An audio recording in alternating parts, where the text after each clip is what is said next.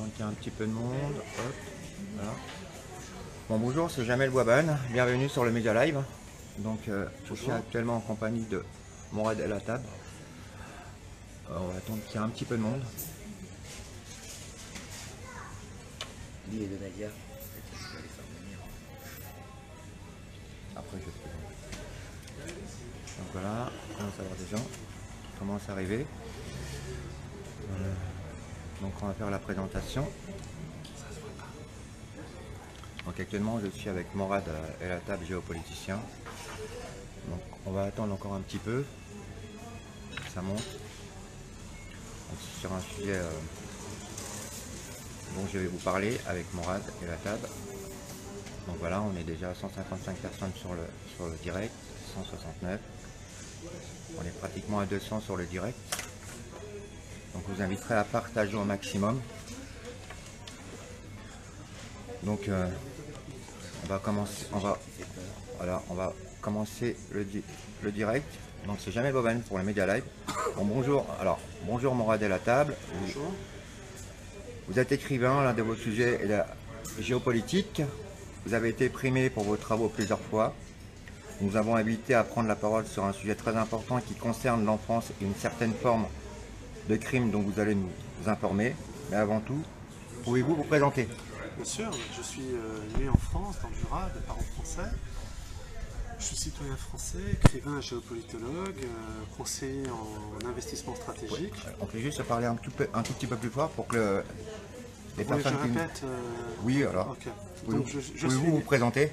Je suis né en France, dans le Jura, de parents français. Je suis citoyen français, écrivain, géopolitologue et conseiller en investissement stratégique. Ouais. J'ai déjà publié une dizaine d'ouvrages, notamment La génération 68 au service de la mondialisation, et mon dernier livre traite de la Libye, qui défend les intérêts stratégiques français qui ont été malmenés par l'aventure hasardeuse de Nicolas Sarkozy, qui a malheureusement s'aborder nos intérêts dans le pourtour méditerranéen et au Sahel. Voilà. J'ai 46 ans, je n'ai aucun antécédent judiciaire, aucune condamnation, je ne souffre d'aucune pathologie sur le plan physique et psychologique, parce que vous savez comme moi qu'en France, lorsque vous abordez des sujets un peu litigieux, un peu dérangeants, on vous prête des attributs d'ordre psychiatrique. Et depuis 5 ans, donc mes 2 enfants mineurs sont prisonniers d'un réseau pédocriminel, Ouais. où il y a des agents de la DGSI, du service secret français, habilité secret défense. Il y a probablement d'autres enfants. Et les graves dysfonctionnements que j'ai constatés. Non mais là c'est juste Au pour sein... commencer, voilà, pour vous présenter. Mais justement, Oui. j'explique pourquoi, parce que il y a aussi d'autres enfants dans le sens où les graves dysfonctionnements que j'ai constatés au sein de l'institution judiciaire, il faut savoir que les juges dans ce type d'affaires ne jugent plus en droit mais en opportunité, et au sein aussi de la préfecture de police de Paris, car il y a un point commun entre mon affaire et celle d'Epstein. Mes enfants ont été amenés à l'étranger à mon insu, des documents administratifs ont été refaits, c'est-à-dire des pièces d'identité, des passeports, sans mon autorisation, sans mes signatures, ce qui est extrêmement grave et illégal par ailleurs. Alors vendredi dernier, il y a plus d'une semaine, vendredi, enfin c'était un vendredi, c'était il y a 2 semaines, il me semblerait, vous avez lancé un message sur Twitter accompagné d'une lettre ouverte à Laurent Nunez. Pourquoi? Je lui ai écrit d'abord pour le sensibiliser. Il est l'ancien patron de la DGSI, il est secrétaire d'État au ministère de l'Intérieur, donc pour le mettre au pied du mur, parce que ou bien il agit, ou bien il cherche à camoufler et à étouffer l'affaire. Ça c'est son problème. J'ai même envie de dire, c'est lui et sa conscience. Qu'est-ce que je voulais que je vous dise? Mais il est obligé de prévenir le président de la République français, ou sinon il s'en expliquera devant un juge d'instruction. Pour moi, l'essentiel dans tout ça, c'est que le président Emmanuel Macron, il est censé réputé être au courant, et parce que j'ai saisi les autorités de l'État, pas seulement Laurent Nunez, j'ai aussi saisi les procureurs concernés, saisis et informés. Donc si Emmanuel Macron n'est pas au courant, c'est que le travail n'a pas été fait, et que les services de l'État présentent une véritable carence. Il y a des téléphones quelque part. Alors, est-ce que les téléphones, on peut les mettre... ils sont éteints? Excusez-moi. Donc ça voudrait dire que si Emmanuel Macron n'est pas au courant, il y a des véritables carences au service de l'État et que on laisse agir au sommet de l'État la DGSI et des réseaux pédocriminels. Voilà. Pouvez-vous nous dire quelle est la situation en France? Alors je tiens d'abord à préciser que les Français ignorent souvent la réalité et l'ampleur des faits. Et c'est normal, parce qu'on arrête souvent des cas particuliers et non pas des réseaux pédocriminels. Or, ce qu'on vit aujourd'hui en France, c'est de l'ordre des réseaux, c'est-à-dire des viols en réunion. Et ces réseaux sont toujours constitués, c'est pour ça qu'on n'en parle pas souvent, de 3 personnages clés. Il y a toujours un policier haut placé qui va influencer pour faire trafiquer les enquêtes. Il y a toujours un magistrat corrompu qui va violer ce code de déontologie. Et il y a toujours un médecin, un psychiatre, expert auprès des tribunaux, qui va prévenir que le parent, soi-disant plaignant, ait des problèmes psychologiques. Donc ça, c'est la première réalité. En France, c'est une pédocriminalité de réseau. C'est pour ça qu'on en parle rarement. On nous montre à la télévision un vieux pervers qui a été arrêté, souvent des cas isolés. D'ailleurs, petite parenthèse, les brigades de protection de la famille en France, au sein des commissariats, n'ont jamais à ce jour arrêté de réseau. Donc on pourrait quand même se poser la question. En termes de chiffres, il faut savoir qu'aujourd'hui, ça peut effrayer, mais c'est la réalité, la France est le premier État pédocriminel au monde. Nous avons 165 000 enfants violés ou qui risquent d'être agressés sexuellement chaque année. 130 000 filles, à peu près 35 000 garçons. Ces données chiffrées sont aujourd'hui reconnues auprès de l'Assemblée nationale et du Sénat. Donc je ne les invente pas. Il y a 58 000 enfants qui disparaissent chaque année en France. La moitié est à peu près retrouvée dans les 72 heures. Pour le reste, on ne sait pas où ils sont. Et quand ils arrivent à l'âge de 18 ans, on arrête les recherches. Il faut savoir qu'il y a en France, parce que vous allez me poser la question, un secrétaire d'État en charge de la protection de l'enfance, Adrien Taquet. Je l'ai déjà sollicité, il n'a jamais répondu à mes questions. Adrien Taquet, on peut se demander à quoi il sert, pour une raison très simple. Il a fallu que des journalistes courageux fassent un travail, je pense aux journalistes d'M6, de Zone Interdite, auprès des aides sociales à l'enfance, qui sont littéralement des structures où les enfants sont maltraités, agressés sexuellement, violés. Adrien Taquet a attendu ce reportage de journalistes français pour faire un communiqué. Comment se fait-il qu'il n'était pas au courant avant? Pourquoi est-il rémunéré? Autre point, quand il a été invité chez Laurent Ruquier, il a osé dire que la majorité des enfants, 80%, étaient victimes d'inceste, et donc il n'y avait pas de réseau. Et il a encore une fois menti, pour une raison très simple. Comment ça se fait qu'il y a 80% d'enfants victimes d'inceste et qu'il n'y a que 0,3% d'agressions sexuelles sur enfants qui sont jugés? Souvent on aurait 80%. Donc ces cas incestueux alimentent les réseaux pédocriminels. Et puis dernier point, la loi Schiappa, depuis qu'elle a été votée l'année dernière en plein été, que par 80 députés de la République En Marche, première question, où étaient les autres députés? Et deuxième point, depuis que cette loi est passée, la majorité des cas sont correctionnalisés. Il y a de moins en moins de cas qui passent aux assises. Et ça, toutes les associations qui militent pour la protection de l'enfance le reconnaissent. C'est-à-dire qu'aujourd'hui, les victimes de violences, les viols en réunion, les placements abusifs, la pédocriminalité en France n'est pas traitée à la hauteur d'un pays qui est la 5e puissance du monde. Avez-vous eu des retours depuis? En tout cas, je n'ai pas eu de retour de Laurent Nunez. Manifestement que des agents des services secrets français au sein de la DGSI, je parle d'une minorité, qui viole les tortures des enfants. Si pour lui c'est pas une priorité, j'ai presque envie de dire, c'est lui sa conscience. Qu'est-ce que vous voulez que je vous dise? Moi, je rappelle juste une chose, c'est que aujourd'hui, les faits sont extrêmement graves, puisque des gens qui sont censés assurer notre protection et lutter contre l'antiterrorisme se retrouvent mêlés à des histoires de pédocriminalité. Vous avez des preuves à nous? La dernière preuve, oui, j'ai des preuves que j'ai transmises au parquet antiterroriste de Paris, donc j'espère qu'ils ouvriront une enquête. Et puis l'autre preuve flagrante qui est aujourd'hui rendue publique, c'est en juin 2019, le commandant de la DGSI dans les Ardennes, un poste extrêmement important, en charge de tout ce qui est le Grand Est, de la protection de la France par rapport à l'entrisme éventuel de djihadistes sur notre sol. Il a été arrêté alors qu'il violait une jeune fille mineure musulmane au prétexte de la déradicalisation. Il a dit qu'il était un expert en manipulation.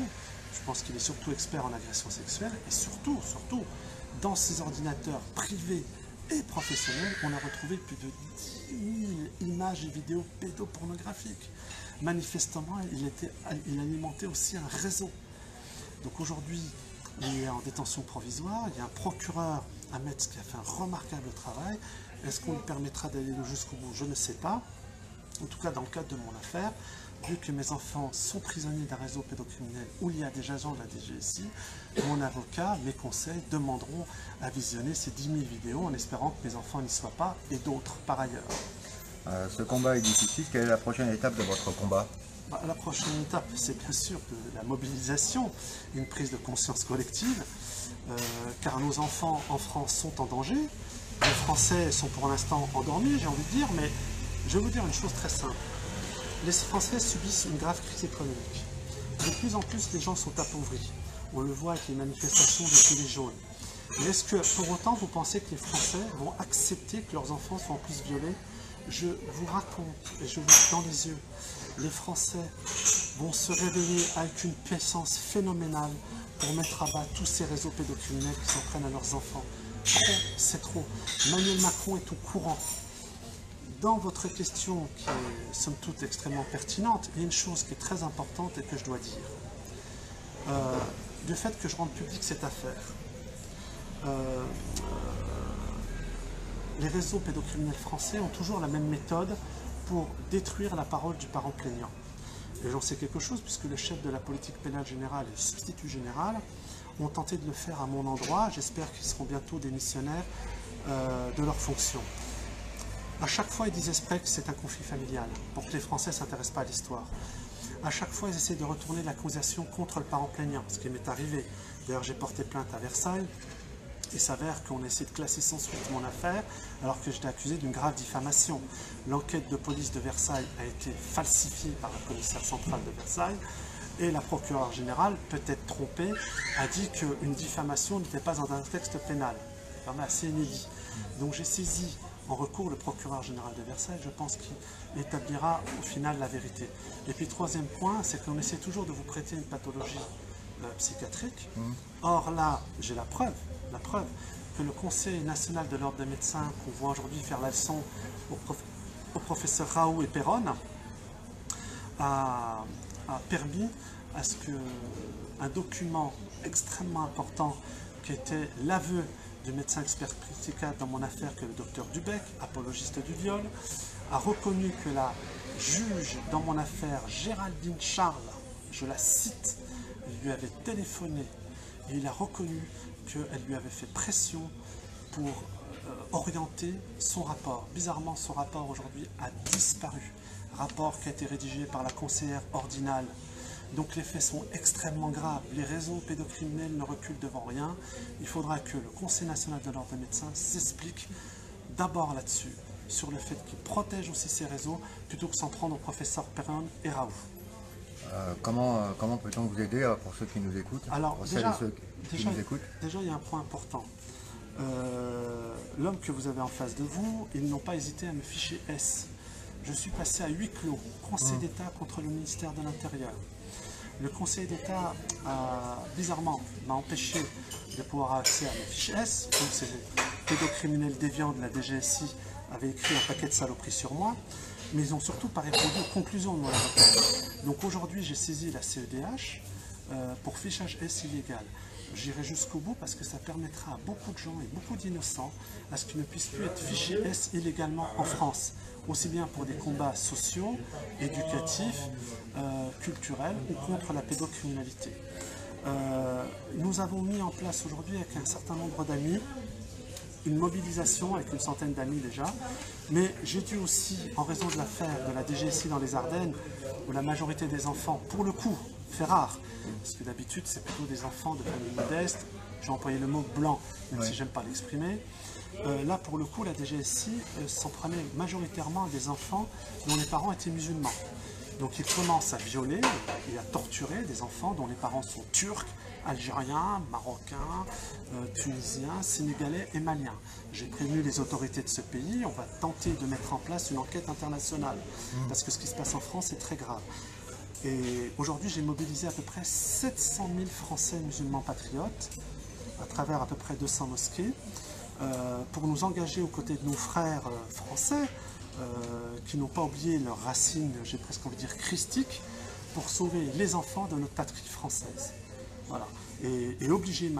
Macron à éradiquer, à détruire ces réseaux pédocriminels, ce que font déjà très courageusement Donald Trump, Poutine et autres chefs d'État qu'on traite trop facilement d'autocrates en France, alors que dans leur pays, ils font le ménage. Que dites-vous à ceux qui ont peur Bah, j'ai pas tout à fait répondu aussi à votre question sur l'aide que vous pouvez m'apporter. Oui, on finira par Aujourd'hui, alors, l'aide que vous pouvez m'apporter, pas seulement à moi, mais à toutes ces femmes et ces hommes qui militent dans le cadre de la protection de l'enfance, parce que c'est affreux ce qui se passe en France. Affreux. J'ai même envie de dire criminel. D'abord, c'est par de la propagande. Au maximum 7 vidéos, de rapporter que je suis disponible pour d'autres vidéos sur d'autres sujets, et de fédérer autour d'un même slogan qu'on va mettre en œuvre qui est « Ceci n'est pas un consentement d'enfant ». Le slogan, je le répète, « Ceci n'est pas un consentement d'enfant ».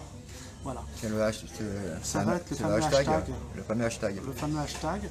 Et nous allons nous battre, bien sûr, grâce à cette vidéo, à la propagation de cette vidéo, à ce que les enquêtes soient enfin ouvertes. Et auprès du parquet antiterroriste, parce que j'ai déjà déposé des plaintes, nous ne lâcherons rien, nous ne lâcherons pas. D'ailleurs, petite parenthèse, j'ai porté plainte il y a déjà 1 an pour violence sur mineur auprès du doyen des juges d'instruction. La plainte n'est toujours pas instruite. Rien qu'en termes de délai raisonnable, la France va être condamnée par la Cour européenne des droits de l'homme. Donc il faut sauver nos enfants. Et bien sûr, à votre question finale... Que dites-vous à ceux qui ont peur? Mais d'abord, il ne faut pas avoir peur. Qui peut avoir peur d'une ordure qui baisse son pantalon pour violer un enfant? Zut, le français. Je suis né en France, j'ai grandi en France, et dans le Jura, en Franche-Comté. Le français, il est plein de valeurs antiques et plein de chrétienté. Il est plein d'une fierté gauloise. J'ai presque envie de dire, mais comment vous pouvez vous courber devant l'ignominie et la vermine? Ces gens-là, il n'y a aucun réseau de puissance qui les protège. Rien. Ils jouent d'une peur qui est purement fantasmatique. Vous ne pouvez pas avoir peur de quelqu'un qui viole des enfants. Qui il est? Imaginez, attribuez-lui la vérité de ce qu'il est. Ne tombez pas dans la servitude volontaire que dénonçait déjà la Boétie. Ce sont des parasites, ce sont des vermines, les pédocriminels. D'accord? Ils baissent le pantalon pour violer des bébés, des enfants de 5-6 ans. Et d'ailleurs, Marie Grimaud l'a rappelé. Nos magistrats en France, qu'ils arrêtent de croire que des enfants de 5-6 ans sont consentants. Jamila Alaf a fait un travail exceptionnel en dénonçant la pédocriminalité. D'ailleurs, elle a été invitée chez André Berkoff pour ce faire, et d'autres. J'espère qu'ils seront vus et qu'il y aura une véritable visibilité par rapport à eux. Je sais qu'il y a une femme courageuse du prénom de Nadia qui est en train d'organiser une conférence une manifestation contre la pédocriminalité en juillet à Paris. Le 25... Alors vous êtes au courant mieux que moi, le 25 juillet, il faudra la soutenir, il faudra marcher dans la rue, il faudra dire à nos magistrats c'est terminé. Et si vous prenez l'engagement de défendre les pédocriminels, nous allons manifester pour introduire votre responsabilité pénale dans l'ordonnance de 58. Et vous rendrez des comptes. Il y a une manifestation à Genève également, le même jour? Oui. Apparemment le même jour à Genève, c'est ce que j'ai cru savoir. Oui. J'espère qu'elle sera soutenue. Moi, si vous me permettez un remerciement public, parce qu'elle s'est investie dans mon affaire et ça va vous paraître un peu surprenant, je tenais à remercier publiquement Ivanka Trump. Je répète, Ivanka Trump, la fille du président Donald Trump, qui est en charge de la lutte contre la pédocriminalité au niveau national et qui a déjà permis l'arrestation, grâce à une cellule du FBI dédiée au trafic humain, plus de 5000 pédocriminels dans le monde, dont en France. Ils ont permis aussi l'arrestation en France de réseaux pédocriminels, mais ce n'est pas médiatisé bizarrement. Et je sais qu'elle suit mon dossier de près et je la remercie, comment dire, infiniment, vraiment de tout cœur, infiniment, de vouloir sauver aussi des enfants français. Merci à elle, merci aux Français qui vont s'engager avec nous contre ce grave fléau qui touche la France aujourd'hui. Je vous rappelle qu'Epstein résidait pour moitié du temps en France, qu'il violait des enfants français. Il nous faut sauver tous ces enfants et je garde espoir auprès de tous nos concitoyens qui, à chaque fois qu'il a fallu manifester contre l'injustice et pour protéger les enfants, ont été présents. Vous me voyez, je le fais à visage découvert, je fais partie de ces parents plaignants. Il y en a 165 000 chaque année en France qui, pour la plupart, ne peuvent pas aller jusqu'au bout de cette démarche. La plupart sont des mamans, à 80% des cas. Elles sont détruites par le système, elles sont détruites par les réseaux. On les prétexte qu'elles sont folles ou dépressives, c'est faux. Ce sont des femmes courageuses. Je suis aussi quelque part le porte-voix de toutes ces personnes.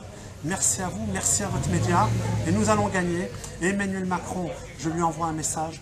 Monsieur le Président de la République, agissez vite, car nous ne serons pas faire, et ça en coûtera votre élection si vous voulez rien faire. Alors, il y avait juste une question de Véronique Bagné, il y en a plusieurs, mais je vais en prendre une. Combien de magistrats et avocats et ministres sont pédophiles? À mon sens, il y a beaucoup trop aujourd'hui de faits de pédocriminalité où des magistrats sont impliqués. Il y a encore 15 jours, le juge des enfants de Dijon mettait sa fille de 12 ans sur un site pédopornographique. Il y a eu quelques années de ça, un magistrat important qui était vice-procureur à Versailles, qui a été attrapé dans le cadre de forums où il échangeait plus de 5000 images vidéo pédopornographiques.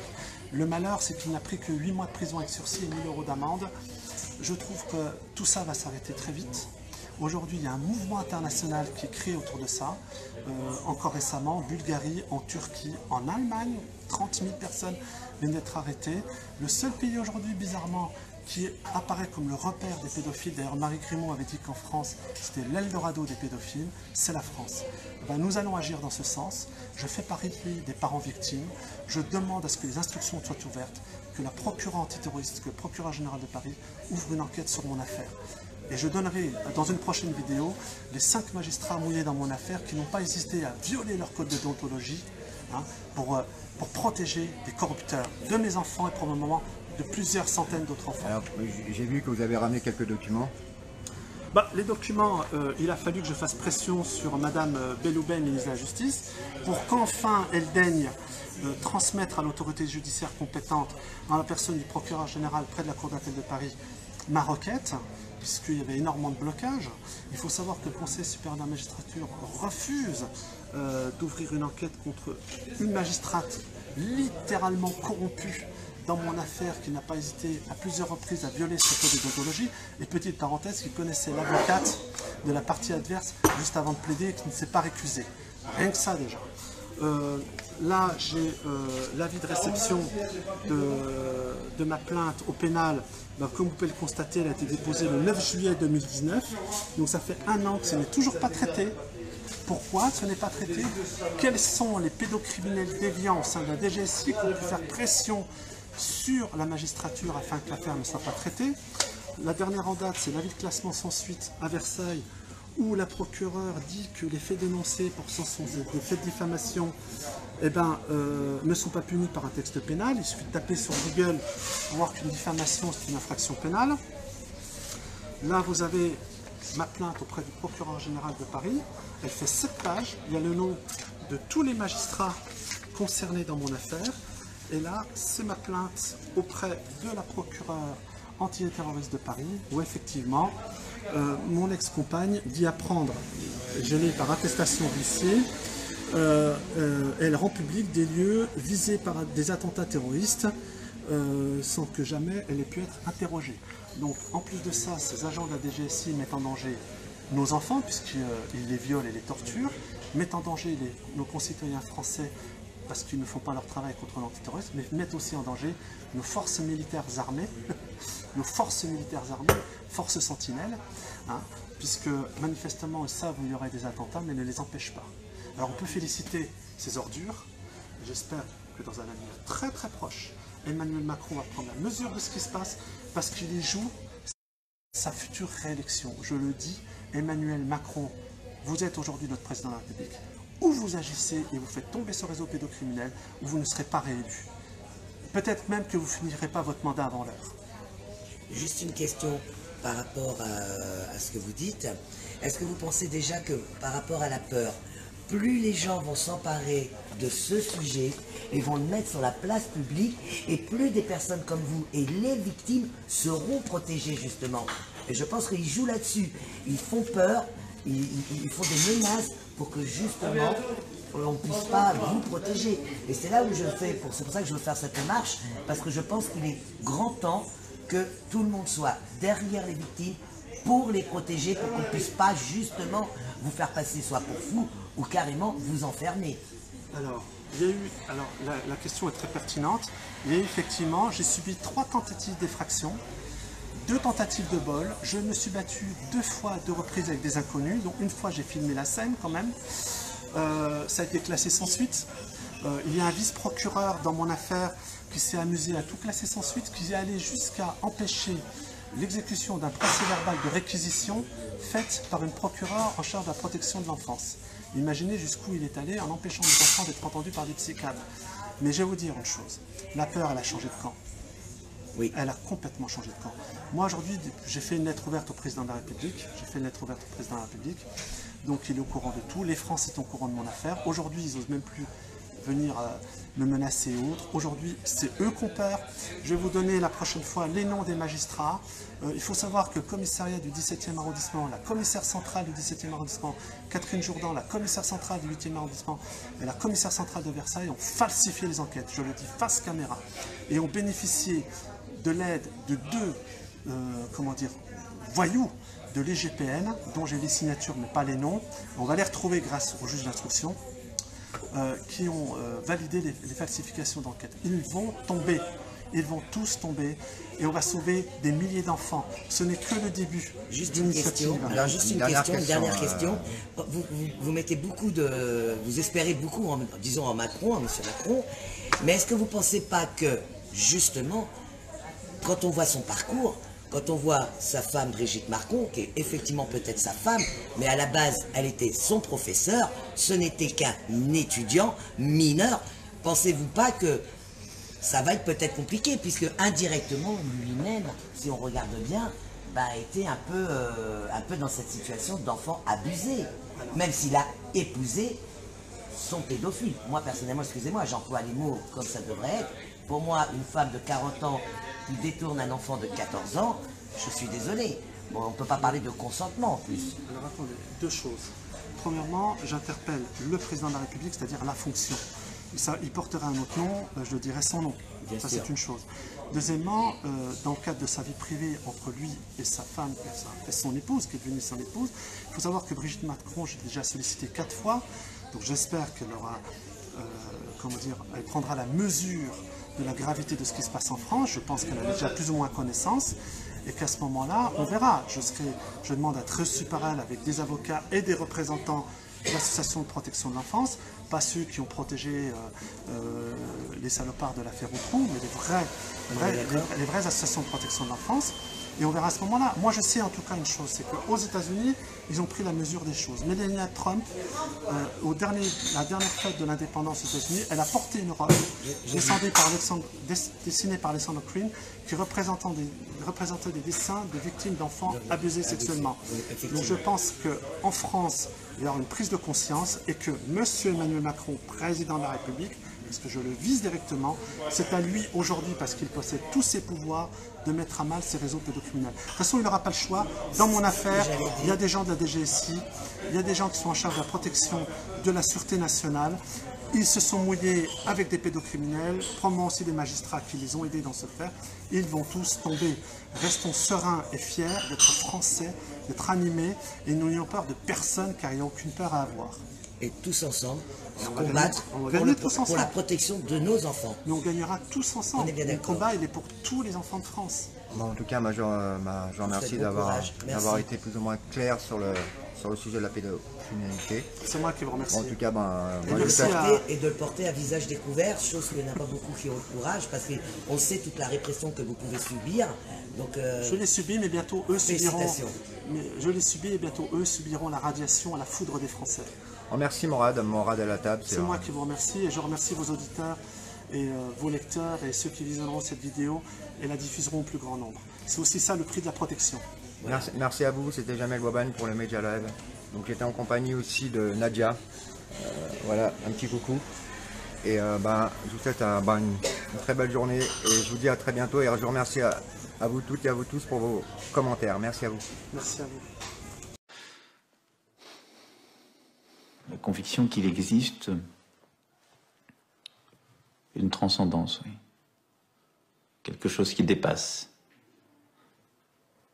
qui vous dépasse, qui vous a précédé et qui restera.